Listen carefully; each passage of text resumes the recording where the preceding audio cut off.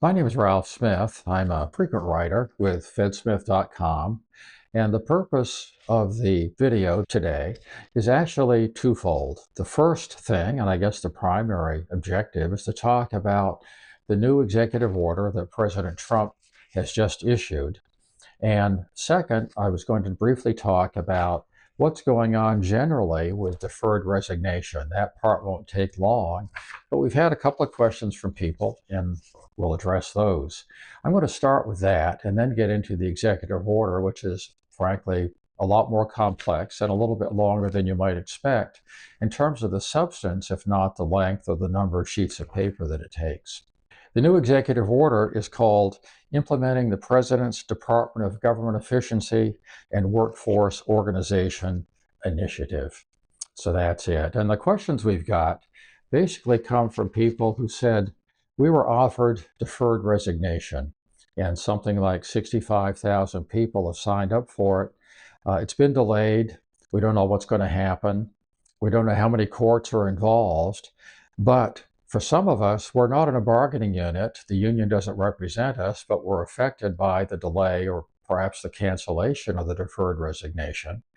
We had, in some cases, worked out something where we thought this is a great chance. I'm eligible to retire. I can leave early and still get more credit for my retirement until September 30th, which is when the deferred resignation period ended. In other cases, the person was saying, I've got 10 years, I've got 15 years, and I had worked out, because I saw this coming, that I have a chance to leave my government job, still get paid, and go to work for a private employer. And it gives me some time to work things through to make sure this is going to work out for me with this new job. Now it seems like everything's on the back burner. Who's representing those of us who took the deferred resignation offer? And now that it's in limbo, what do? Well, first, as far as who represents you, as you probably noticed, the union represents people in the bargaining unit, and the unions are going to do what they do, which in this case is basically file a lawsuit on each new step in the process, each major step anyway. As far as who represents you, if your interests are different than that, the answer is yourself. I suppose if 50,000 people wrote to this judge in Massachusetts and said, I don't like what you're doing, let this go through so we can take advantage of it, maybe that would have an impact.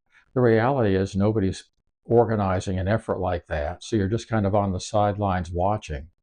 The only advice I can offer from having seen this happen in various agencies over the years is look out for yourself.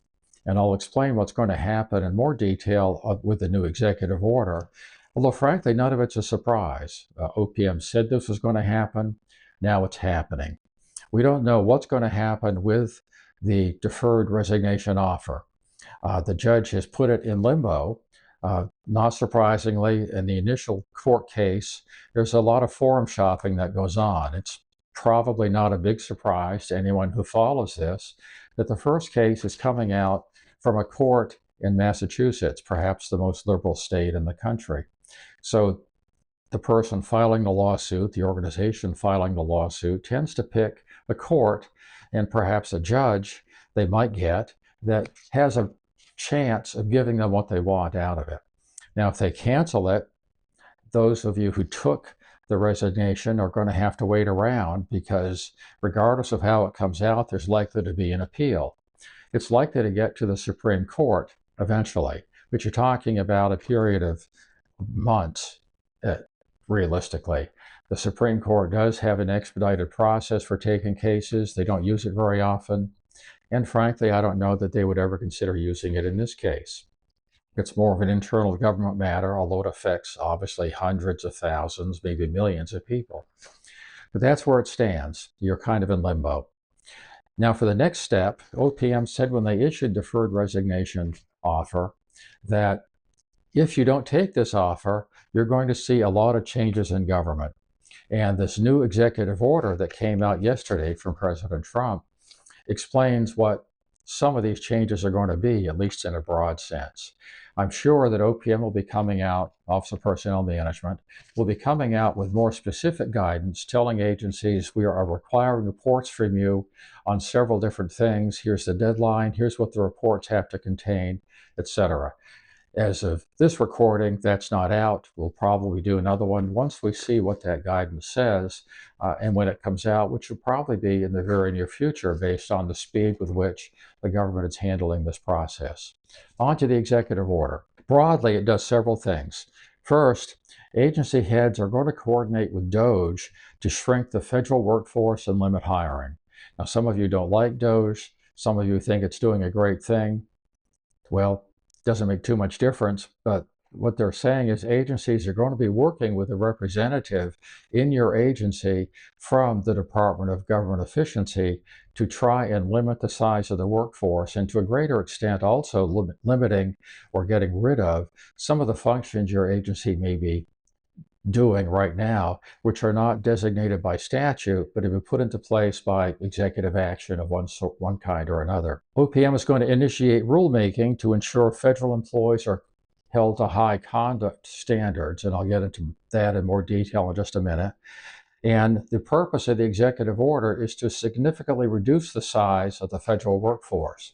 So that's where this is coming from. The purpose of the executive order, according to the order itself, is to eliminate waste and bloat in government. As you've seen, if you watch the news recently, especially some stations more than others, DOGE is finding out a number of things involving where government money is going. And in many cases, it may be going to our enemies, people that want to do harm to the United States, but we're paying them to do something. One of the things that will affect some of you, especially when I think the number of retirements are going to be going up. We had an article that just appeared this week showing that at the start of the new year, there's a 68% increase in the backlog of processing retirement applications for the federal government. And obviously the number of people retiring with all this going on is going up. And one of the things that DOGE has found is that the maximum number of retirements the government can process in any short period of time is 10,000. And they say the reason for that is that OPM keeps a lot of records in a mine in Boyers, Pennsylvania, and the maximum that they can handle, because it's all done manually instead of by computers, is 10,000 in a month. So that means even if you are eligible to retire, you submit your paperwork. It may take longer than usual. We'll have to see what happens, but that seems like the most likely scenario. So the first issue, supposedly directed at waste and bloat in government. Second is empowering American families and taxpayers. And finally, empowering our system of government. I'm just taking that from the executive order itself as to why it was being issued by President Trump. Now, what's the guidance for agencies to reduce government size? There's several aspects of this. First is hiring. The hiring ratio for most agencies, for every 4 employees who quit, resignation, they just quit, walk away, whatever they do, the agency will be able to hire 1. So obviously that's going to reduce the size of government. Second is hiring approval be required. Agency is supposed to develop with the DOGE person or the DOGE leader assigned to their agency to hire new career appointments to make sure that they're really necessary and that they're going into the places that the agency needs that expertise the most. And finally, hiring restrictions. DOGE will determine what jobs need to be filled and which ones don't. Now that can be overridden by the agency head, but DOGE is going to play a role in the initial hiring process. The new executive order also specifically references reductions in force, or RIF as it's called in the government. We knew this was coming. This executive order pretty much lays out that it's going to be a key piece of making the government more efficient, or more specifically, reducing the size of government. It anticipates large-scale reductions, and agencies are being directed to start preparing to implement these RIFs. That's why I think OPM is going to be coming out with more specific information for agencies on how to actually go through the preparation process, or what information OPM needs in order to report on what's going on in the government to implement this executive order. It also specifically mentions in the executive order that temporary employees and re-employed annuitants to be separated. In other words, if you're a temporary employee or a re-employed annuitant, before the RIF starts, you're probably going to be separated first. That's just what the executive order appears to be saying, and we anticipate that will probably happen. A RIF priority, in other words, where are the priorities that agencies will have to implement these RIFs?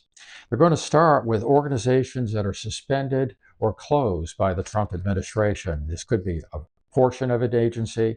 It could be a large portion of an agency. In some cases, perhaps it could be the whole agency. We don't know.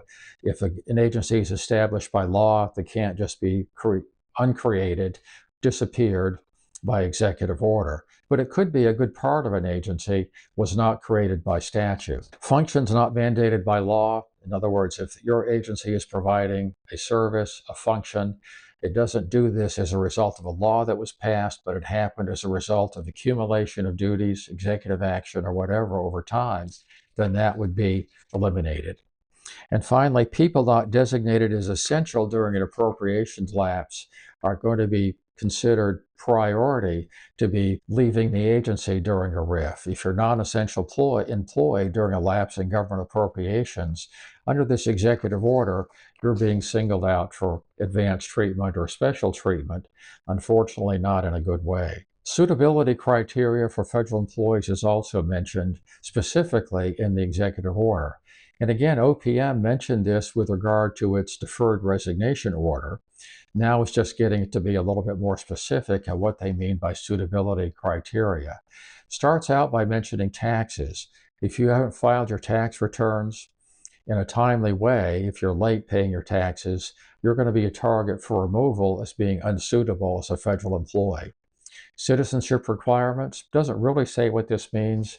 My guess is it helps to be an American. You may have to be an American to be a federal employee in most jobs that are existing in government. Refusing to certify compliance with non-disclosure obligations. In other words, if you own stock in a company and your agency has something to do with regulating that company in some way, you are presumably going to be disclosing that so that your ethics advisor could look at it and say, this is a problem, it's not a problem, you're okay, you're not okay. If you just don't disclose it, you're going to be in trouble. You'd be considered an unsuitable federal employee. Failing to follow compliance obligations, you know what they are, you should have known what they are, you didn't follow it, you didn't disclose your assets or your holdings that could create a conflict of interest for you, that would make you unsuitable as a federal employee and you can be removed. And finally, theft or misuse of government resources and equipment. Now that isn't a new requirement, but they're emphasizing it probably, presumably, so that you would be terminated quicker with the same regulatory rights you have if you're fired, but it's probably going to happen quicker without as much investigation once they've confirmed that you have engaged in those kind of activities. Finally, there's a fact sheet that accompanies this executive order, and some of this, actually this last section, it's all taken from the fact sheet. First, it says there's too many federal employees. It says roughly 2.4 million, including the Postal Service. They want to reduce that number. It doesn't say to what, it just says there's too many. There's an unknown number of federal agencies. The Federal Register lists over 400, but it depends on how you count them. Is this organization part of an agency? Is it a separate agency? It's not really known how to count it, so we don't know exactly what the number should be because we're not sure how to count it. They want to eliminate some of these agencies. Federal workforce contributes significantly to federal spending and debt, and they specifically mention in fiscal year 2022, $300 billion was spent on compensation for civilian employees, excluding pensions, and they want to reduce that expense by reducing the number of federal employees. So in a nutshell, that's what this new executive order says. That's the highlight of it for your information. As I mentioned a couple of times, OPM will be coming out, I'm quite confident, with more specific information for your agency as to what has to be done to meet the requirements of this executive order. Numerous rules and regulations are in effect. You can't just start a RIF on a whim on a Monday and have it starting to take place on Tuesday or Wednesday. It's a complex process. It's unpleasant for everybody, usually. Obviously, it's unpleasant for the people being terminated. It's also unpleasant for those in administration, human resources, etc. And there will be appeals.